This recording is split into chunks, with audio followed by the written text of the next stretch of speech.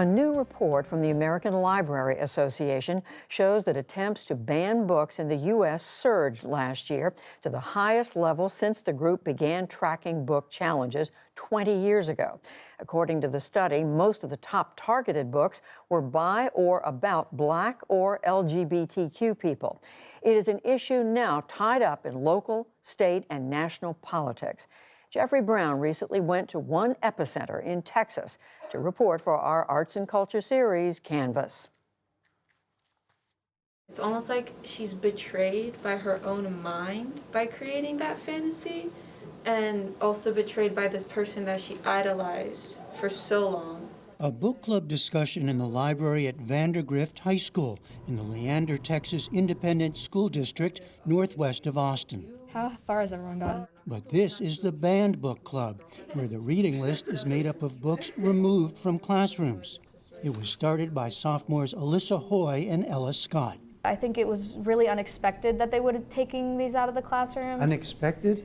Yeah, I think these are critically acclaimed books, and they're loved by so many people, and they tell very powerful and engaging stories that should be told. Have you noticed themes in the books that are being questioned? Yeah, most of the books we read have women or women of color or people who don't have heterosexual relations or are just not white, straight people as the main characters. We've noticed that that is a really common theme. On this day, members were reading In the Dream House, a memoir by Carmen Maria Machado about an abusive same-sex relationship. The book was widely praised and on many Best of the Year lists for 2019. But some parents focused concern on a few brief but graphic scenes. And last year it was one of 11 books and graphic novels removed from classroom libraries and English class book clubs, where no specific book is required, but students choose from lists of about 15 books to read and discuss. 9 of the 11 remain available in school libraries, but are under review for possible removal there as well. The banned book club members are reading in order to add their voices to the debate. What did you take from In the Dream House? I learned a lot about abusive relationships, which is something I can't just know unless you go through it. And it taught me how it affects a person. It gives you insight onto how it really damages a person. Not so far away, Roosevelt Weeks, director of Austin's Public Libraries, also makes it personal. It's still up to that parent to say, hey, I don't want my child to read that. It is the parent's responsibility of that child, but I don't want a group of people to tell my son or my daughter what to read. In Texas, as elsewhere, the issue is deeply politicized. Last October, Republican State Representative Matt Krause, then running for Texas Attorney General, sent schools statewide a letter demanding to know whether they had any books on a list of about 850 titles. He said he was concerned about materials that, quote, might make students feel discomfort, guilt, anguish, or any other form of psychological distress because of their race or sex. The national free speech group PEN America denounced the move as targeting race, sexuality, and gender. A month later, Governor Greg Abbott called on state education officials to develop standards to prevent, quote, pornography and other obscene content.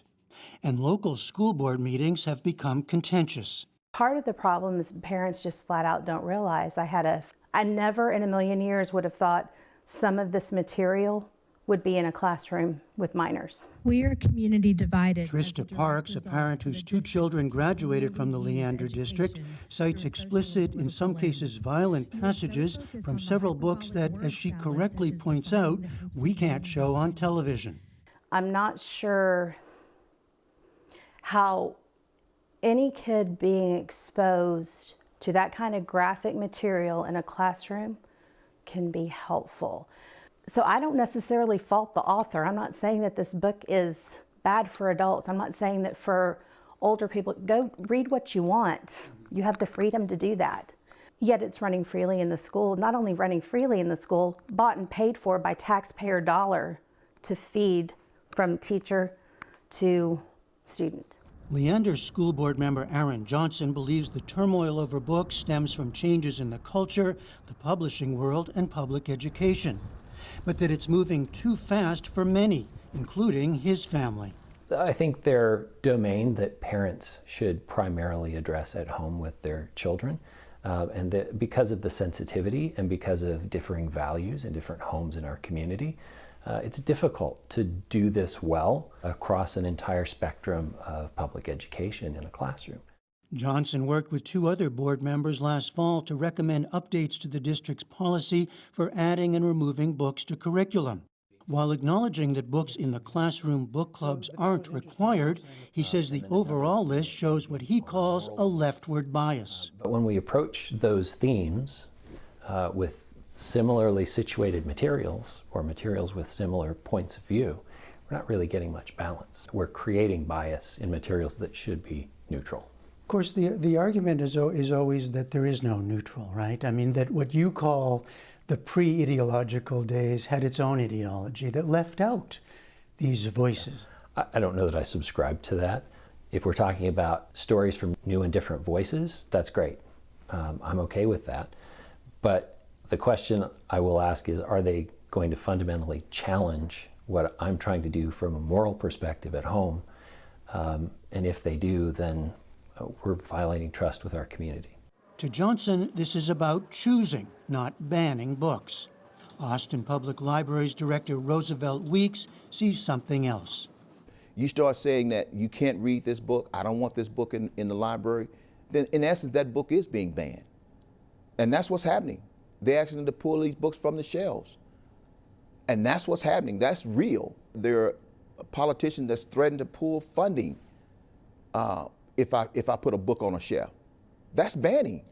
Weeks is a member of the Texas Library Association, which represents public and school librarians.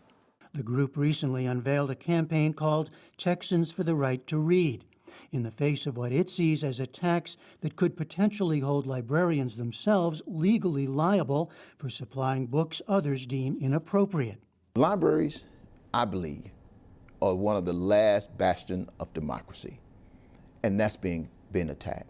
You trying to tell me what I shouldn't read or what I should read, that's being attacked.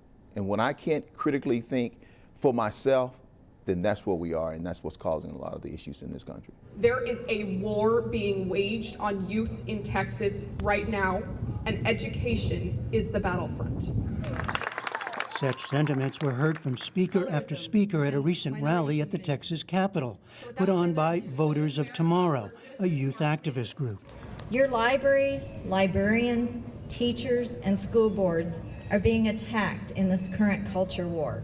One of them, Carolyn Foote, a retired school librarian and co-founder of Freedom Fighters, misspelled to emphasize read. She sees a chilling effect underway, with political attacks from the right causing school districts to take books off shelves to avoid potential problems, with librarians caught in the middle, some even leaving the profession. They have pressure from the parents. They're having pressure from within their administration sometimes to do things they don't think meet with their professional ethics. And then they're getting pressured from students to keep materials on the shelf or to do something about it and to support their stories. And so they're really in this really pressure cooker situation that's very difficult. One thing everyone we spoke with believes: there's more to come, as this story about stories and books themselves continues to play out in homes, schools, and the public arena. For the PBS NewsHour, I'm Jeffrey Brown in Austin, Texas. Thank you, Jeff.